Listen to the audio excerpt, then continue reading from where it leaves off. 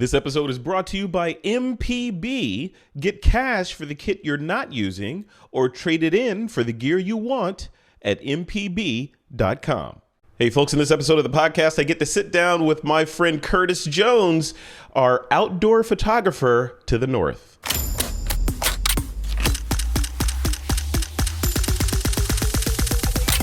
This is TWiP.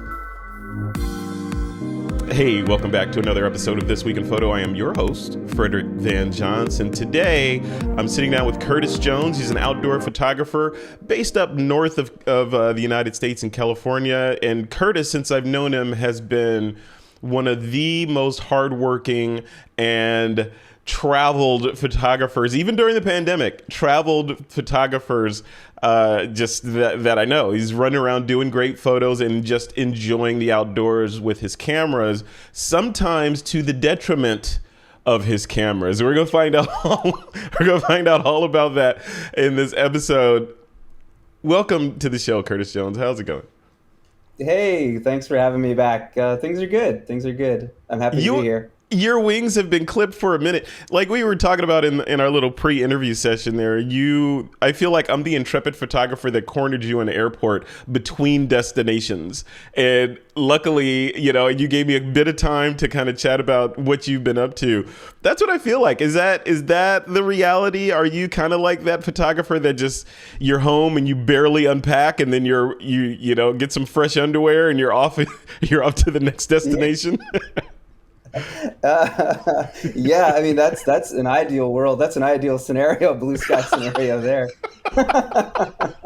I'm sorry to hear that. Yeah, some days you're getting your underwear out of a airport vending machine. Wow. Yeah, I mean that's when things are going well. When I'm busy, that's essentially what it's like. You're really moving from job to job or trip to trip. And there's not a ton of downtime.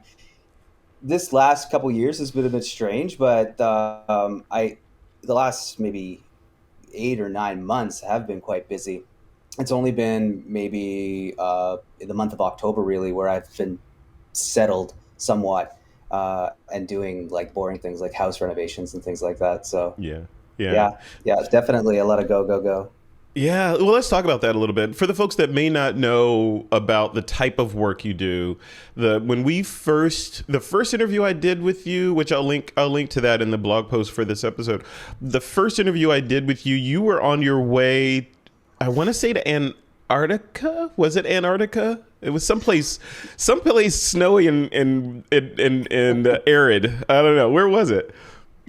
You know, He's like, I don't know. It was someplace on the planet. I'm pretty sure I was heading to Antarctica at that point. That might have been my first trip or second, but I think it was the second because you were. I think in the interview where you were talking about some learnings that you were going to incorporate into that trip. Oh yeah. So yeah, that was Antarctica. I think though that is the year that I blocked Antarctica and the Arctic back to back, and Wow. So. Like ending the season in Antarctica, working down there, and then getting on a plane, and over the course of like 3.5-4 days, getting up to the Arctic. So getting like basically below the Antarctic Circle, and then crossing over to the Arctic Circle. So why? What is it about those particular areas that draws you in as a photographer? It's available. Yeah. Nobody's there. No, it's where, I mean, I started taking photography seriously. I started really enjoying photography while I lived in the north in northern Canada. So I was living and working up there for over a decade. And that's really where I kind of discovered photography. And it's definitely where I started my career. So a lot of my inspiration, a lot of how I see the world, the value I hold in photography and why I do it in the first place kind of stems from that environment and what I value about those places. I also really just enjoy stark, desolate, kind of hard or unforgiving places because when you do find things that are warm and inviting and welcoming and pleasant, I guess it's just like even nicer. And I like feeling kind of tiny, in these big spaces, these forever horizons. So yeah, all of that. I mean, there's also something to say for like momentum of career. You start shooting a certain style, a certain way, whether you enjoy it or not. If you go far enough down that path, with the career like photography or maybe any kind of creative career, you kind of get hired for the work that you've done, and it takes 5, 6, 7 years to really build up that portfolio and start getting hired and wanted for jobs. And then so it's a little harder than to switch out of that, I guess. And Yeah. usually, if you want to like change gears, you're looking at another couple years, 3 or whatever many years to kind of feel out a new area, feel out new clients and things like that. Not that, I mean, I love what I do. I love these places, but definitely in the beginning when I was sort of shopping around a little bit more about the kind of photography I wanted to try as a career, starting in the Arctic and most of my work being cold and desolate, and harsh and things like that. I think that's what caught a lot of people's attention. And so, and that mixed with the fact that I really enjoyed it, Yeah. was just sort of that snowball. And it's got to be from a market sizing or marketing standpoint, there's a limited or a finite amount of people that are doing that kind of work or that are willing to put themselves in those uncomfortable situations to get those photos. So your market has got to be large because you're a sample size of one, or just a few people. Is that accurate? There's only a handful of people that Yeah. travel to those remote destinations. I mean, it's like everything. I think when you're inside the circle, it feels like it's crowded. There's a lot of people. Yeah. But looking from the outside or comparing it to other genres or parts of the industry, weddings and families and newborns and pets or whatever, or just portrait photography, it certainly is a lot smaller. It's probably very small compared to what most photographers are doing and working on in their careers. Hmm. Um, yeah, so there's definitely some of that, and then there's a whole sort of skill set that comes along with working in these areas, especially if you're working with smaller like local communities. And a lot of what I do is going out, so I go outside of the towns and I'm on the land camping and being out there in nature. So a lot of the guiding and sort of the adventure sport background really comes in handy. And so a lot of times I think that it's a network, knowing certain people over, like I said, 10 or 12 years of living up there, Hmm. um, that helps. And like, you always sort of keep in touch and keep those things going, like we all do. But then there's also sort of the part of it that people just know they can rely on the fact that if they send you out into one of these environments, number one, they don't have to look after you for the most part. You can take care of yourself and probably help take care of like anyone else that's out there. And number two, they're going to get footage, right? Yeah. So those are I don't I'm not one of these photographers that doesn't think that my stuff's not good enough or anything like that, but I do definitely think that a lot of the times I'm hired for this kind of work because consistently over 8 or 10 years, I'll bring back footage, right? Yeah. And That's I'll and it's I'll bring myself back. So Yeah, well, it's called this being a professional, right? So not yeah, only it's not just hey, you have the ability to buy a plane ticket or a sled dog ticket or whatever.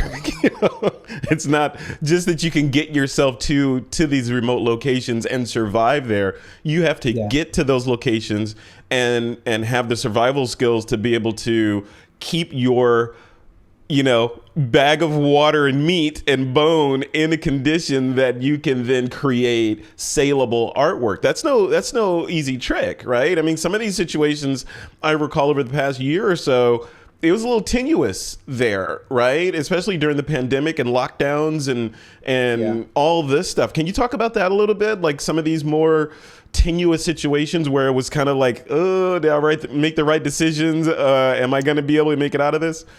Yeah, there's this last year has been a kind of a strange one. It was really hard to get into the territory, northern Canada Hmm. and in Nunavut, where I work most of the time.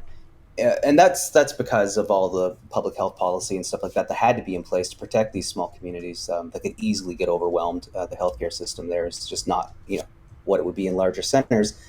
So getting in is first thing, and then while you're up there working in that environment where you just scheduling and logistics of planning things, flying into these remote communities to go out on the land with some of these hunters and fishermen and things like that.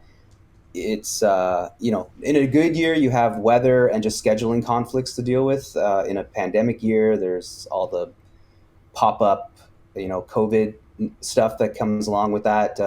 Last minute closures or towns not wanting people to visit. Mm-hmm. So there was a lot. It was a lot more nuanced, for sure.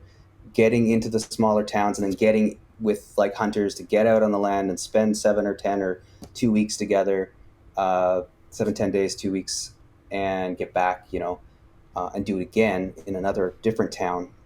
So we wanted to make sure that we were communicating like 150% all the time to everyone involved, all stakeholders and things like that, for those reasons. But then, so that's one side. And then there's like the actual trips themselves, for whatever reason this year were a little bit, well, no, I should say it was about a 50-50. One trip was probably one of the best Arctic trips I've ever had. It felt like a vacation. It's exactly what, I had over the course of 2 weeks, just, I don't know, daily or multiple times a day, those moments of like, I can't believe this is my job. I can't Mm-hmm. believe that, somebody wants me to be here. They want the footage, the video and the photography and the drone work, and they're going to pay me to do this. Like, this is crazy. Because like, that's that, like, I'm living my dream moment. Yeah. And then that was like bookend, like, right. The next trip was one of the worst trips that I've done in 15 years of like doing this kind of stuff. And that What was made just it? like, What made it the worst trip? I mean, were you like frostbite, or did your sled dogs get attacked? Start going into attack mode? What happened?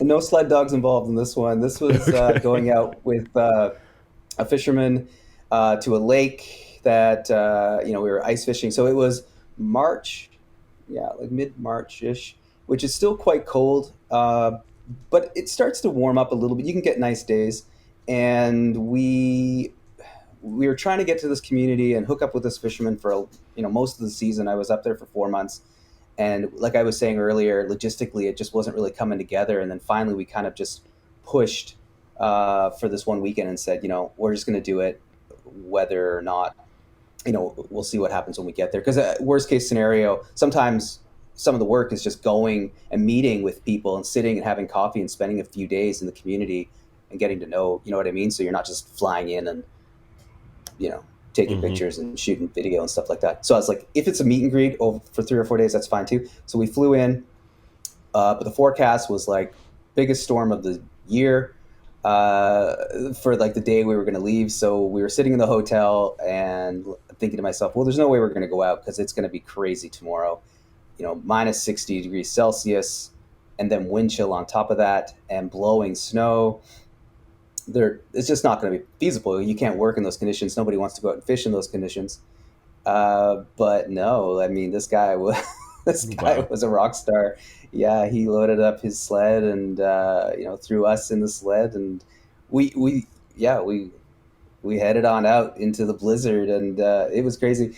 And it was one of those things where I was with a guy, and it was his first time doing this kind of stuff. He was there with me, kind of helping, and he was looking to me for sort of that comfort of, you know, I've never done this before, so I feel scared and I think I'm going to die. But you've done lots of this kind of stuff before, you know.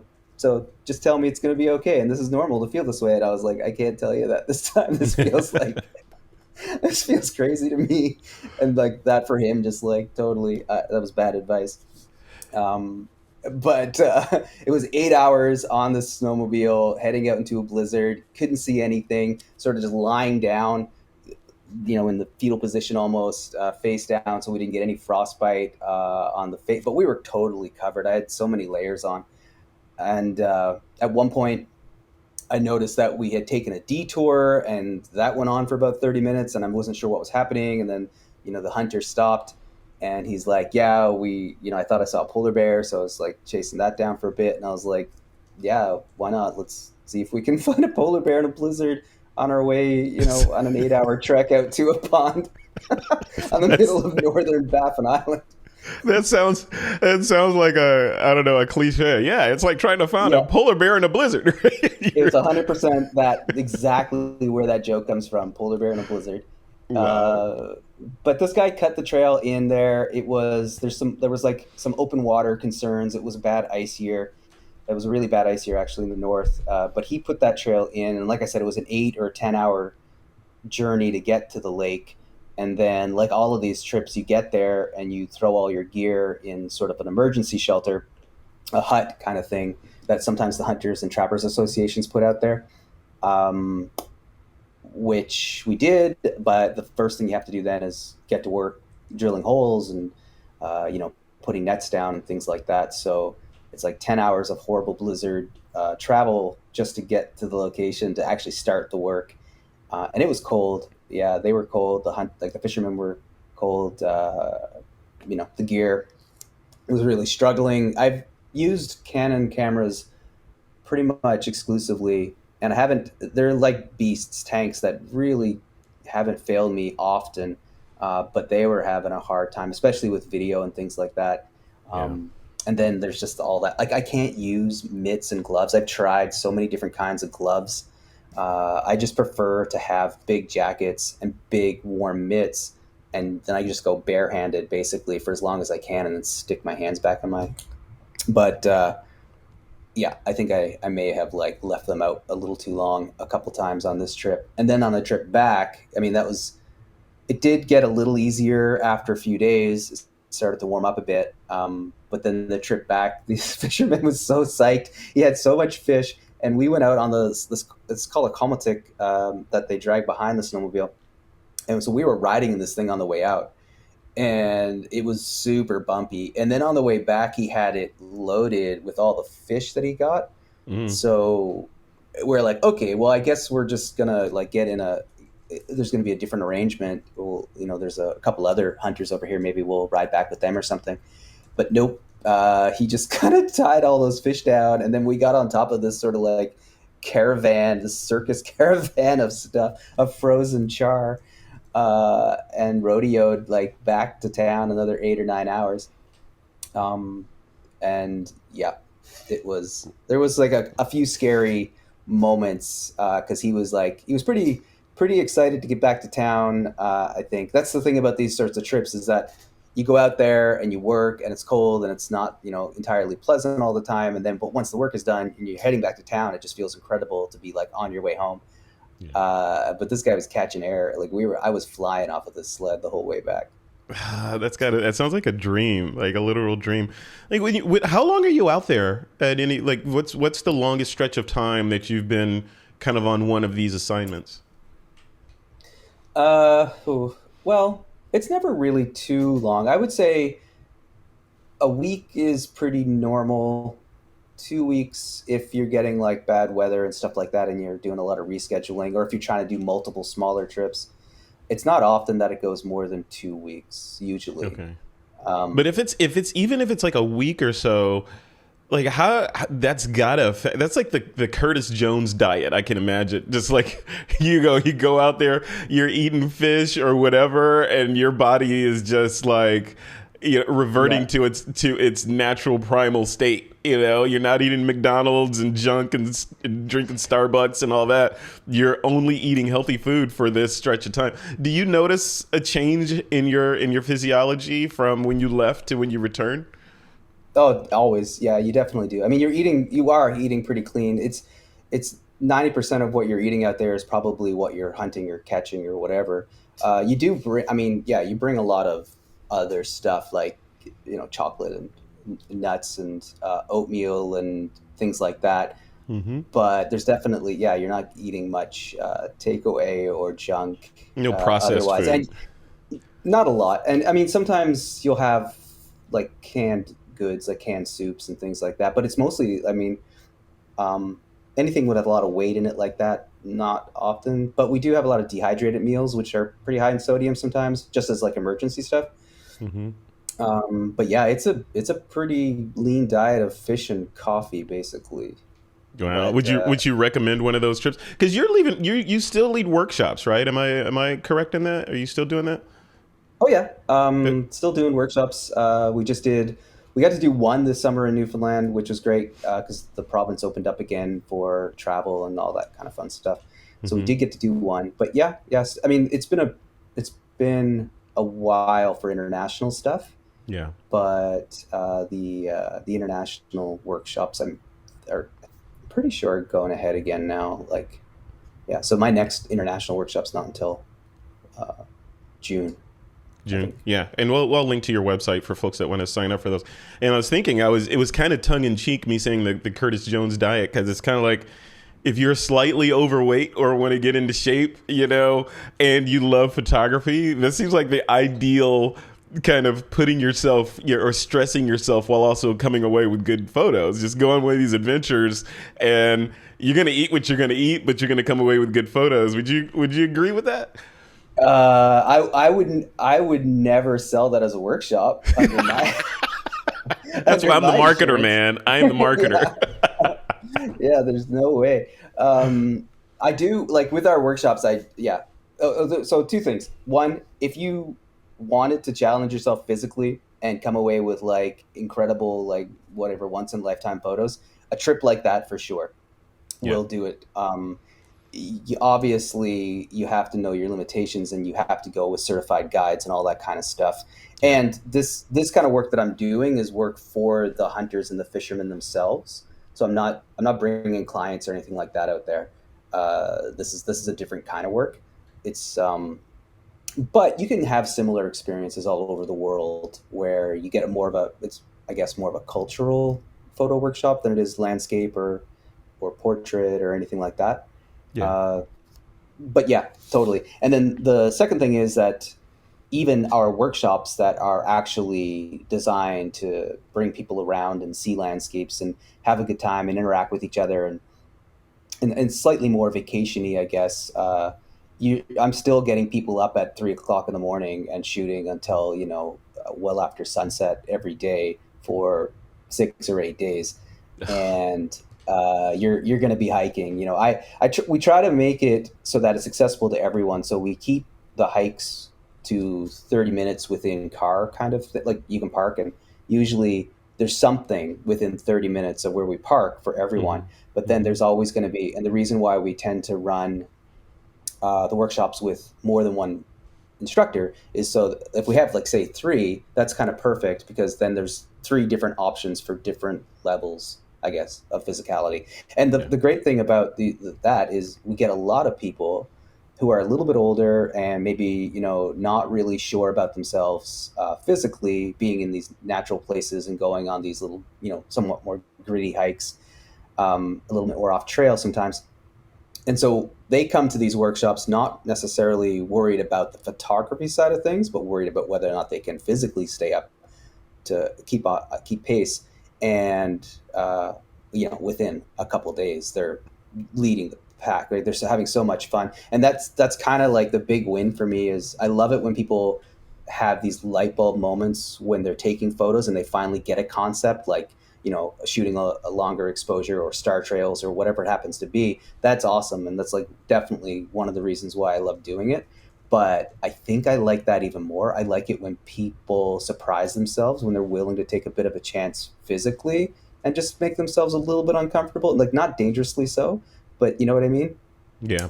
Where normally, if they weren't there with that group and had all that support and whatnot, they might stay next to the car instead of heading off trail for 15 minutes to see something different and completely unique.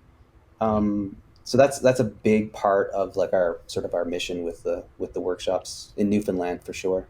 And how do you handle safety and worst case scenario you have, like you said, you may have older people on the adventure and someone has some sort of condition that you may not have known about that gets triggered while they're away from civilization. How do you handle that? We're usually, like I said, with these workshops, we're pretty close to most modern health facilities. We're Yeah, not really going too far from towns or cell service. I mean, there are going to be places with dead zones and things like that, or like I said, we may have to hike uh, 30 plus minutes back to get to a car, and then maybe there's like another. I don't know, 30, 60 minutes to get to a clinic or a nursing station or something like that. But by and large, we're not going too far off grid for these kinds of workshops. Yeah. I personally, anyways, am not taking people, you know, way out, like 8 hours out by snowmobile across the Arctic Ocean Yeah. for a photo workshop. But then if we do have emergency situations, you know, I personally have my wilderness first aid certification, and then usually there's going to be at least one other person that has some first aid. And maybe it won't be a wilderness first aid or anything like that, but some level of first aid. And we make sure that everybody knows that at the beginning. We encourage people to divulge, privately to us as leaders if they have health concerns or issues that they think we should know about. Obviously, we're not going to force anybody to say anything, but if someone's diabetic and you know they can let us know, that'll help out a great deal. Yeah. If we notice them being a little off or sluggish or confused, right? Same thing, I'm usually the first one to admit, like, I have a bad left knee and I'm probably going to trip over every second rock. If you see me out there and I'm bleeding, I don't mind if you ask if I'm okay, but I'm usually fine. So I really encourage people to openly talk about when they're uncomfortable as well, so that we can, I want to check in every day, multiple times a day if I can, with most people, Yeah. to make sure that they're doing okay. But yeah, in that, we luckily, knock on wood, haven't had, we had a couple like mishaps and missteps and people falling and things like that, but nothing too serious, luckily, so Yeah. far. So Well, that's good. That's good. And that's just being a good host, right? You're just, being attentive to the people that have entrusted you with their well-being, taking them into a place that they haven't been before, for the purpose of creating good photos. Yeah, of course. If I had a peanut allergy, I want to disclose that to you so that you don't give me a bag of mixed nuts, as a snack that has peanuts in there while we're out in the middle of nowhere. And then there we go. Break out the, what do you call it? The little shot that you stick in your leg. the Pulp Fiction pen, yeah, the EpiPen. Yeah, the EpiPen. Yeah, yeah, Yeah, and we carry, like, I have a first aid kit that carries a bunch of that stuff too. So yeah, yeah. yeah, How do you make sure plan we for have this all that. stuff, Curtis? I'm curious. Like, looking at the shots on your website. So, and I encourage people to go check out the website. We'll link to it in the blog post and the show notes, and the description in the YouTube video. But planning. I recently did an interview with a photographer he's a landscape photographer, and one of the things he said was he didn't put a percentage on it, but a good percentage of what goes into making a great photo is the planning part of making that photo. And he mentioned tools like Photographer's Ephemeris and photo pills and those sorts of things, and just getting on Flickr and looking to see what other people have done, and of course Instagram and all that. Is that in your bag of tricks too? Like when you're not leading a workshop, when you're just Curtis going out there to make some of these iconic images, are you doing your homework, the night before or weeks before, saying, okay, we want the Milky Way right there, we want this, therefore Yeah. we need to be there at this time? Yeah, there's definitely a lot of that going on. I haven't yet done a workshop in a place that I haven't been at least twice and spent multiple days and nights there. Mm. So that's number one for me. Is I usually scout the location a couple times, if possible, well in advance of when I plan on running the workshop, so that it's funny, like, yeah, definitely photo pills and things like that, those apps and Flickr and Instagram, and figuring out technically where I can bring my clients so they can get the Milky Way or the sunrise with that perfect arch or sea stack or whatever at that time of day, 100%. But I'm pretty sure, like, I feel comfortable and confident in, it's not even so much my ability to teach, but in the landscape itself, that if I just bring them to these locations, they're going to find something interesting to shoot, right? That's priority number one, is to bring them somewhere, camera or no camera, where they just kind of like take a step back for a second, just stop for a second and see where they are. and something's going to call their attention. Now, there's always going to be a few people who want that shot they saw on my website, or they want that shot on Instagram, and they'll show me, and I'm like, yeah, I can get that for you 100%. We're going to do that. And that's where like the apps and the Instagram and the Flickr and the Google searches and everything come in handy for sure. But then also, there's more importantly than all that stuff, what I've learned over the years is you got to know where the next bathroom stop's going to be. If there's going to be enough parking at these locations, what's the hike in like at sunset, but what's it like on the way back out in the dark? Does everybody have a headlamp? And if not, am I carrying 5 extra ones? When is high tide? Because we're crossing a small stream that, but runs out into the ocean, which is not a big deal right now. But 4 hours from now, when we come back, are people going to be up to their waist in ocean water? So a lot of that is actually the planning, that practical, logical. My biggest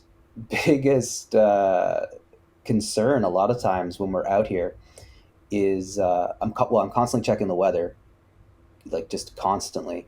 But second to that is, can we find somewhere to eat with 15 plus people that can get Mm. us in and out before sunset? And alternatively, like sunrise, like is there somewhere that's open? Because if I'm getting you up for a 4 o'clock to 5 o'clock to 6 o'clock a.m. sunrise, at 6:01 you want a coffee and like a bagel, I guarantee you. So is there a place open that's close by where I can bring 15 plus people?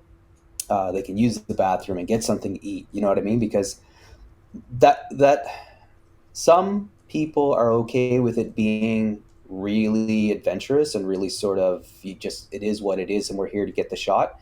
And then some people are looking for an experience, and you kind of have to play both sides of that. So definitely I do a lot of planning, and I use a lot of the apps and the tools to make sure people can get those shots that they've been dreaming about and they see on the internet. But there's also a lot of planning that goes into making sure that people don't have to think about where the next bathroom break is, or I've been hungry for 4 hours, when are we going to eat, that kind of stuff. Yeah.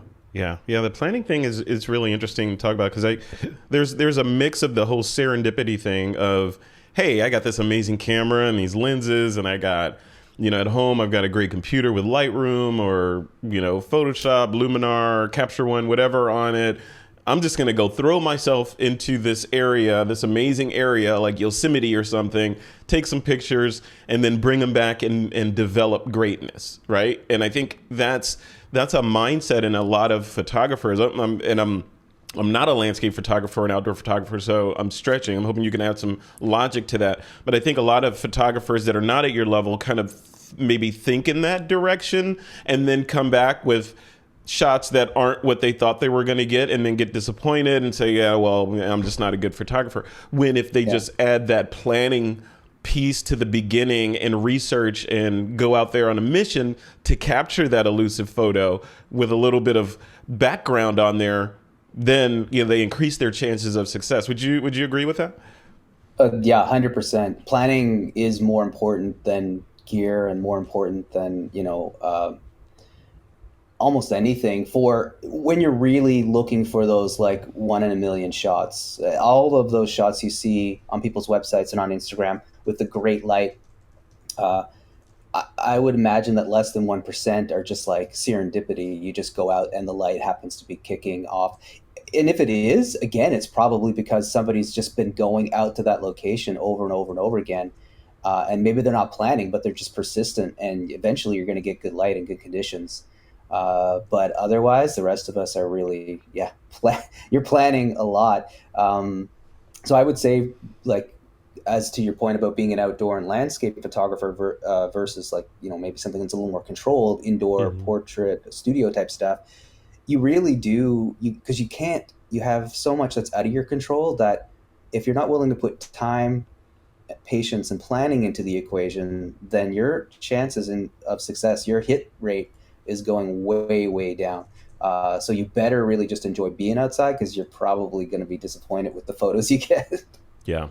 Yeah, yeah, that's the thing. I think that's a if you take one thing, folks, you take one thing out of this discussion. I think the planning piece of it. I think even for all genres of photography, right? If you kind of have an idea of what you want to shoot, even if it's a Yeah. portrait, you know, planning and measure your light, and I kind of want to do this kind of lighting and all that stuff before your subject shows up, and then you can play around with that. Then you leave room for serendipity at the end of that, Yeah. if right. 100. Yeah. I mean, so every time there's one thing to be doing personal work, and sometimes it's nice just to head out with your camera and see where life takes you. And I love doing that because honestly, sometimes planning, your expectations get up there and then it doesn't work out. And you're like, well, that was a waste of, a road trip and 12 hours standing in the dark. Hmm. And it never really is a waste, right? You just have to change the way you think about it. So sometimes it is nice just to head out with no expectations. But I will say that since I've been taking studio work more seriously and trying it a lot more and playing with, and even just the character portraits, like building a character and a backstory and a world where this person belongs, like on location. I've been dabbling in that a whole lot more the last 2 or 3 years, and the amount like the difference it makes to your photo when you consider just all the small details that add up, hair, makeup, wardrobe, costuming, those little tiny details that are just going to like elevate everything up to the next step. It's phenomenal. I mean, it's comparable to the outdoor world with, planning where the Milky Way is going to be with that lighthouse for the peak moonrise for blah, blah, blah.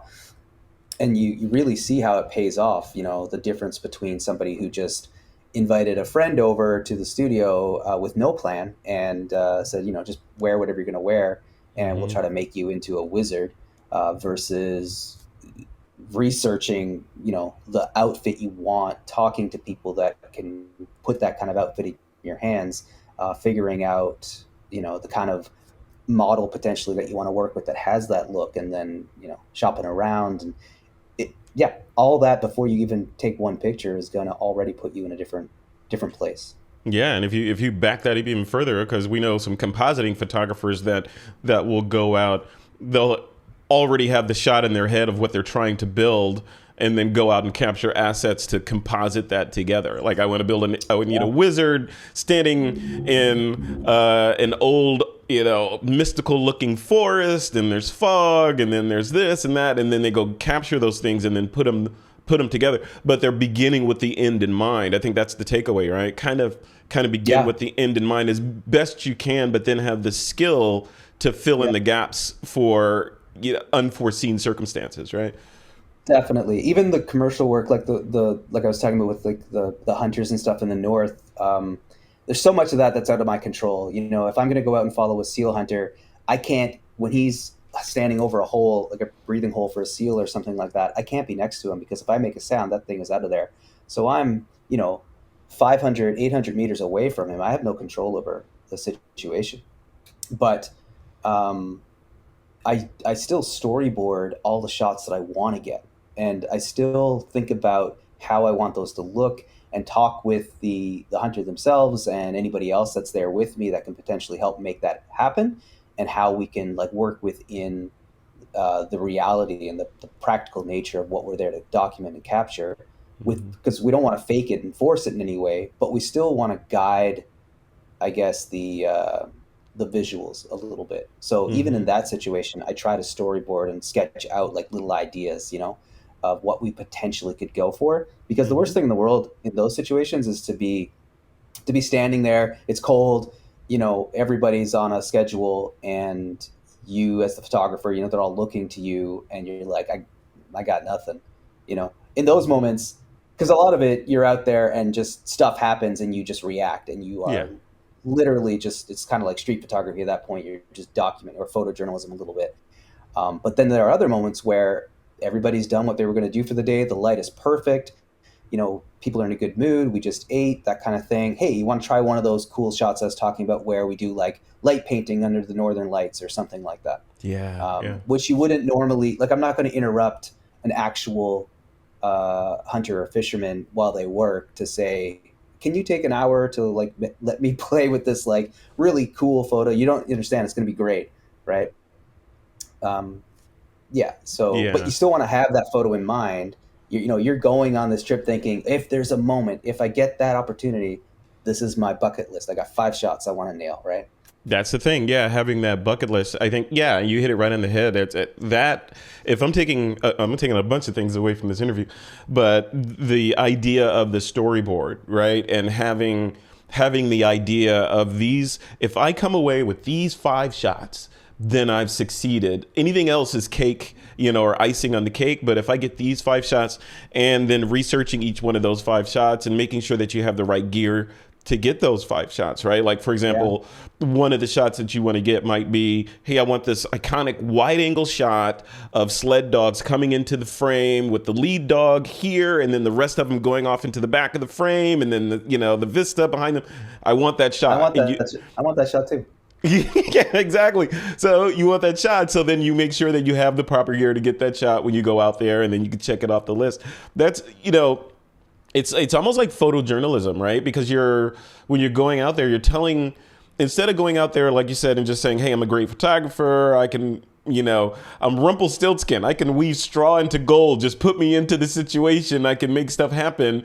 You're going in saying, I have a plan, and this is the storyline that I want to follow. Maybe it's about the hunter, this is what happens in the morning. This is the hunter making his morning beverage. This is the hunter dressing. This is the hunter going out. This is the hunter after the catch, and then the story from beginning to end. If you don't know what you're doing, then I think you're just following along and documenting, right? You don't know what's going to happen, so you're just there with your camera taking pictures of interesting things as they unfold, right? Yeah, and a lot of times you're in the way. Like if you're doing that, like the less you know about what's happening, like what their plan is, what their intentions are, and the less you communicate what your intentions are, like the more likely you're probably going to be a burden or a hindrance. Yeah. Because you're going to be struggling to get these shots that you have in your head, but you can't really shoehorn them, I guess, into the practical nature of what's going on. So definitely helps to be flexible. And experience goes a long way. Obviously, like we started this conversation about how a lot of times people will hire me because if I go out with these hunters and I don't get good shots the first 2.5, 3 days of a 7 or 6 day trip, I'm not going to necessarily, consider that a failure, because I know what I'm doing is I'm building up a little bit of credibility with the hunters. We're easing into things. I'm watching and documenting the whole time, and maybe I'm not getting many good shots that I like, but I'm understanding what he's doing, the process, what it is that they do, and then I'm much more comfortable and confident. And this is sort of planning as well. You're just strategically using your time differently instead of going and just like spray and pray, and sort of being in the way and kind of annoying. You're sitting back and you're taking your time and you're watching it unfold. And then, on the third day, I can go and say, hey, I noticed that this is what you do. Do you mind if I stand here? Sun's really nice. I'm going to get like the sun kind of behind you. Just as you do that, do you mind if, you kind of just make that motion a couple times or whatever? And they're like, oh yeah, of course, that's fine. Right. But because I was out there and I was watching and I saw, okay, this will work, this landscape, this shot. Now, true, sometimes you only get really good light one day in 6 or 7. So you kind of have to then sometimes it's a little more, it's a little more free. If you get your only good day of light on the first day you show up, it's a nice way to start the trip, but it's a little terrifying as a photographer. Yeah. So much there. There's so much there. And it just, it's fascinating. There's the planning piece of it. And then when you think about it from an educational standpoint, right? So and you tell me if I'm on track with this, if you approach an assignment as an educational opportunity, like for example, coming out of the tundra, the frozen tundra, and back into civilization, if you say as a photographer, I live in this small town, as I do, and in our quote downtown, there's a tattoo parlor, right? And I think, you know what? I want to do a story about, but not many people know about what goes into creating tattoos and the pluses and minuses of them and how it all goes down. I want to do a story about that and get educated about that. So you start studying up on tattoos and how that happens and what's good, what's bad.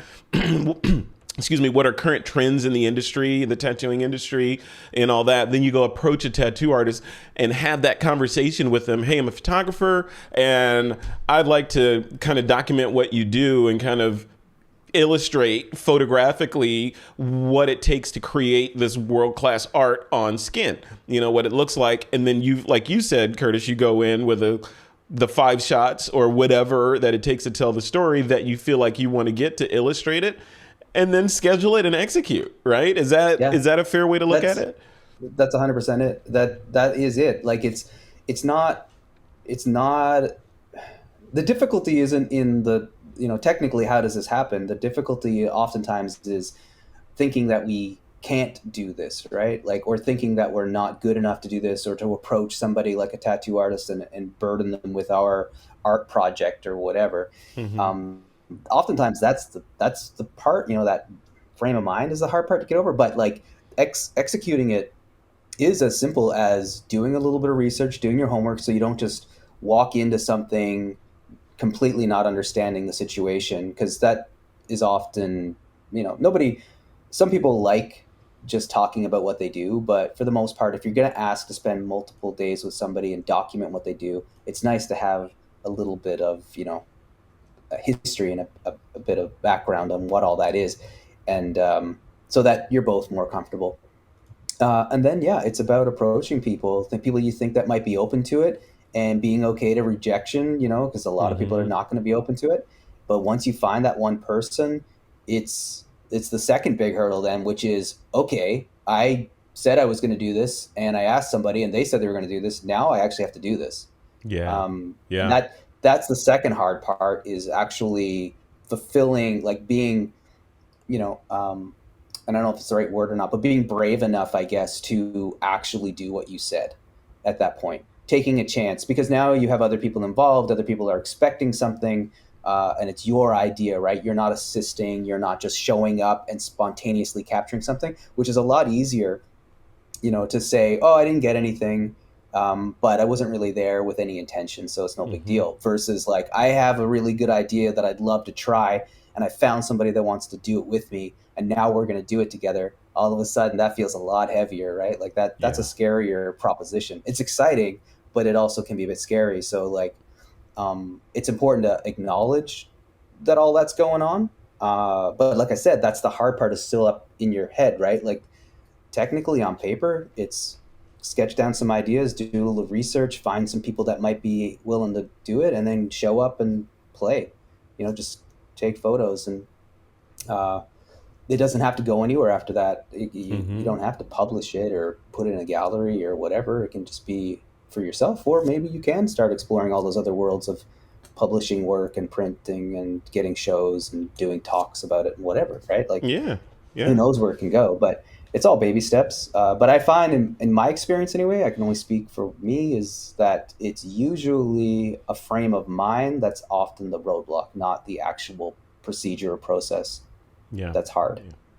It's really interesting from the standpoint of, education, breaking barriers, and kind of getting over yourself of, hey, I want to do this thing. And this, we talk about on This Week in Photo a lot, the camera as being the passport into worlds that you wouldn't ordinarily have access to without your mirrorless or DSLR superpowers, right? So you can use it and as an excuse. Like I said, in the case of the tattoo parlor, maybe I would never have gone into that tattoo parlor, but now I have a passport and a reason to go in there. Or if I want to go, there's this old looking kind of junkyardy area that looks super interesting in the area of our community. Never have a reason to go in there, right? Of course, but now I have a reason. Like, okay, I'm going to go in there because I'm going to do a photo story about why this thing is there and why it's, why does Fred Sanford live in my community, right? And where's the dog? And where's the dog? Yeah, and so it's interesting. The other side of that coin is, people myself included, will be guilty of saying, you know what, if you give yourself permission to be experimental with things, then it lowers the barrier, and the permission to fail, then it lowers Yeah. the barrier to you starting something. And I think it's Yeah. the other side of that coin. Like, if you want to give it, like you said, weight, and say, okay, now I'm committed to doing this, and this person that is giving me their time to allow me to photograph them, and now I kind of gotta produce something, even if I haven't promised. I'm on the hook there. Yeah. Versus saying, yeah, I'm just gonna approach it as an experiment. It could suck. It doesn't matter if it sucks, because it's just an experiment, and it's disposable anyway. So there's that middle ground. I think what you're saying makes more sense, right? To put more weight on it. And yeah, sure, it may not go anywhere, but if you approach it from the mindset of, yeah, I'm committed to this. I'm going to do the best damn job that I can do at this. And if it doesn't Yeah. look great, at least I learned, and I made some new connections and learned a little bit about that area of life that I had no idea about before. Right. Yeah, 100%. I mean, I think like one of the biggest things to learn for me was to detach, to put like intention and ego in different lanes, right? So intention and purpose is super important. I think you do have to own it, what you're doing, and try your best. If it is something you want to actually do well at, if you want to like improve, um, just showing up and taking your camera out and getting lucky can only get you so far. Like at a certain point, you do have to plan, you have to schedule, and you have to have the intention and the willpower to kind of like see it through. And if you're going to go through all that trouble, then you might as well try to do a good job and own sort of that weight a little bit, that responsibility. But that doesn't mean it has to be scary, or it doesn't mean that your career is wrapped up in it, or it doesn't mean that if it doesn't work, the world is going to forget about you or shun you or blow you up online. So that's where you have to detach the ego from like that intention. Like it really doesn't matter. Like it matters in that you think you're growing and you're trying new things and it's fun and you're being creative and you're exploring, right? And you're trying to put new things out into the world that you care about. All of that part matters. But after that, it doesn't, like, it's not really that big a deal if it doesn't work out. It's just it doesn't always feel that way, obviously. We're all guilty of caring too much about something to the point of not doing it in the first place. Yeah. So it's finding that balance where you care enough to really do a fine job or your best job, but not so much that you know don't show up to do the work, or you find a Yeah. way to get out of it or whatever. Yeah, and yeah, it could go all the way to, like, we're using the example of the tattoo parlor or whatever, but it could be something as, quote, mundane as, you know what, I'm going to do a photo story on us putting up the Christmas tree. And Yeah. what it takes to put up that Christmas tree, and what different ornaments mean to us. And, and I'm going to come out with a set of photographs. I'm going to storyboard what the photographs need to look like. And I'm going to shoot each one of those photographs, and then use I'm going to use serendipity to get the shots around that, but I'm going to make sure I get those photos and edit them and then produce them and make it into a little project. As we round out this hour here, I want to, kind of push us into the future a little bit and see what you think about multimedia and where things might be going. You mentioned drones and all that. Sure, different ways of capturing photos, but different ways of telling stories using available media like audio and video and things like that. I can imagine some of the photos that you take. I'd love to have a soundscape behind it, Yeah. even if I'm just looking at the photo, just to hear that wind blowing and dogs barking and, whatever it felt like to put me more into the photo. Have you ever considered adding that multimedia aspect to your work? Definitely. The pandemic year for me has been a pretty big learning curve in the world of video. I didn't really do much video before 2019, and I've really sort of been diving a little more deeply into it, and I quite enjoy it. I love adding the motion element to a lot of the storytelling. So that's been a big thing. And along with video, then obviously comes audio and learning a lot more about just capturing sounds to add to your video edit after the fact, instead of just capturing everything in camera. The idea of actually going out and getting snow blowing, across frozen ice or whatever, or the sound. I'll just go out to the dog yard and just do audio of the dogs howling or whatever. Mm-hmm. So for sure, like that's definitely something that I've been playing a lot more with this last year and a bit, and I'm enjoying it tons. But on top of that, like I've also been playing with. For me, I kind of have a few ideas in that world, like sort of that polar world, Arctic world and environment. A lot of the work that I've already done and work that I'm trying to create, work that I'm storyboarding out as we speak to sort of, to create. And my dream is to be able to showcase it in some way, whether it's online or in person or both. I'm not sure, but is to showcase it as multimedia. Like I want short video components, and I want still imagery, like classic black and white frames, but also like an audio experience that kind of like plays along with it. And if there's a way to combine that, I really love. I mean, I'm not going to do podcasts and things, but I really do love the idea of interviewing people and their stories and their words as they Mm-hmm. speak, like overlaying my images or my video and things like that. Yes. Yeah. Music's been a big thing for me, like not playing it so much, but just like exploring sound libraries. I've got like this year, I had like 4 subscriptions to online sound libraries where I just, I don't know what I'm going to do with all this music, but I love just going in. I can spend hours just like listening to short 30-second or minute and a half clips, and then, putting together slideshows where the music and the photos work really well together, and then adding in that element of video as well. To just create, these 45-second or 2-minute vignettes of an experience, whether it's the Christmas tree or a tattoo parlor. I mean, if you can make a photo story out of it, you can probably make a multimedia story out of it, right? So Mm-hmm. definitely think that as far as the future goes, it never hurts to have more bags, more tricks in your bag, I guess. Yeah. More bags too. So more bags, yeah. I have far too many bags. Actually, I'm shopping around for bags now, and that's probably why that came out. But Don't ask me to open that closet back there behind me, yeah, man. It's just full of bags.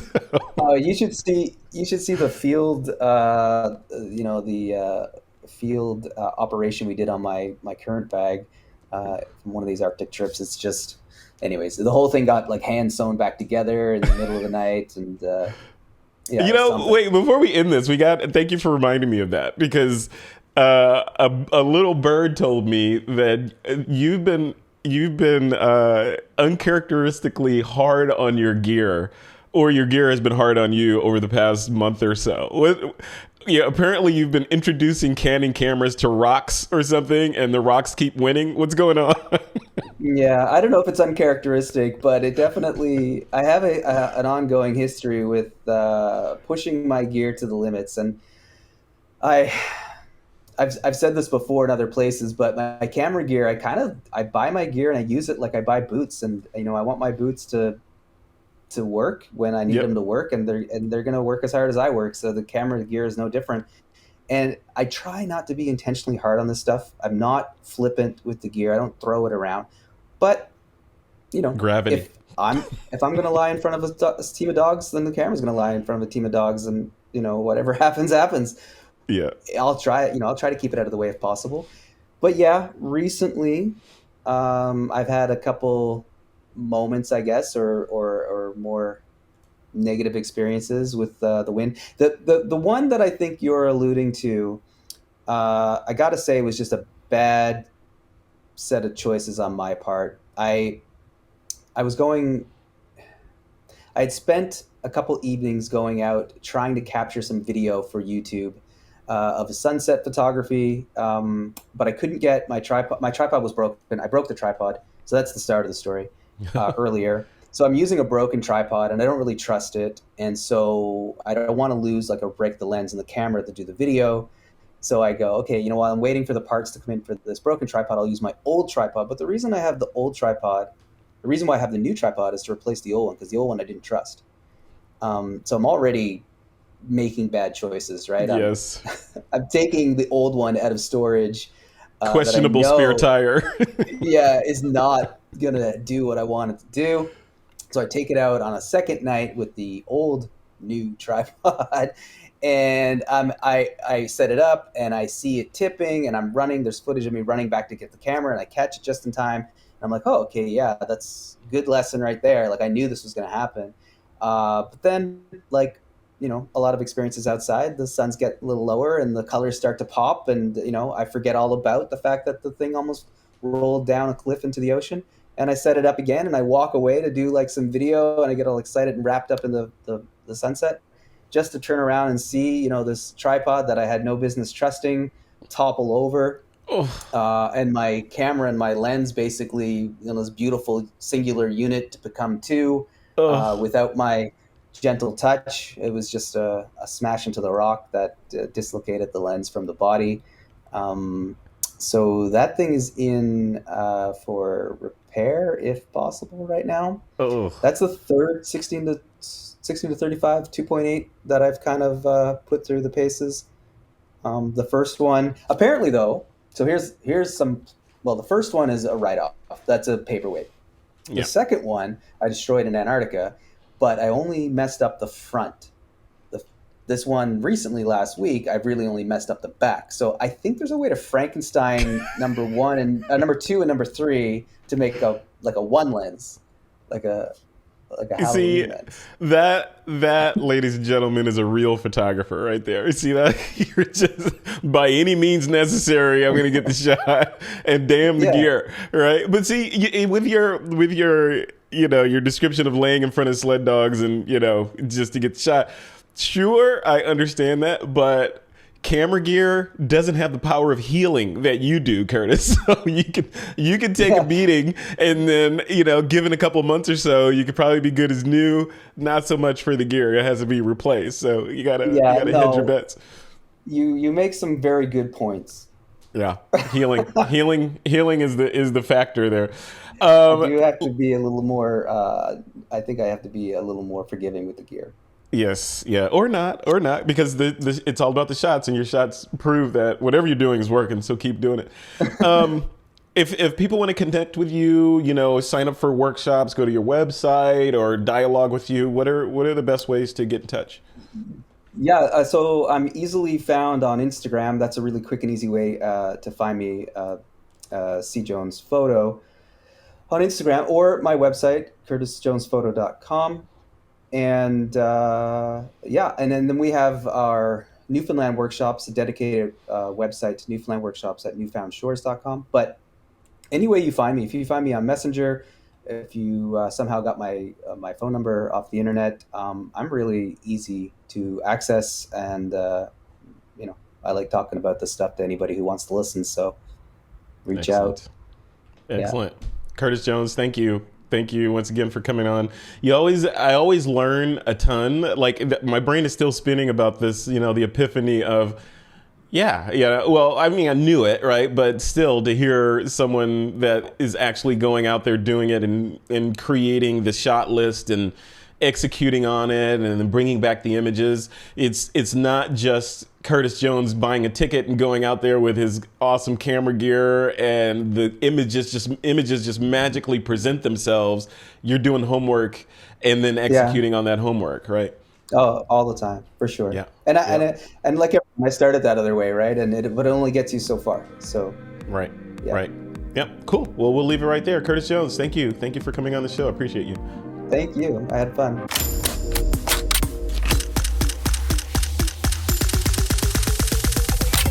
This is TWiP.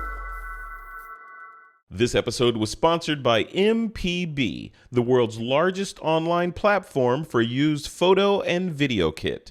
Visit mpb.com.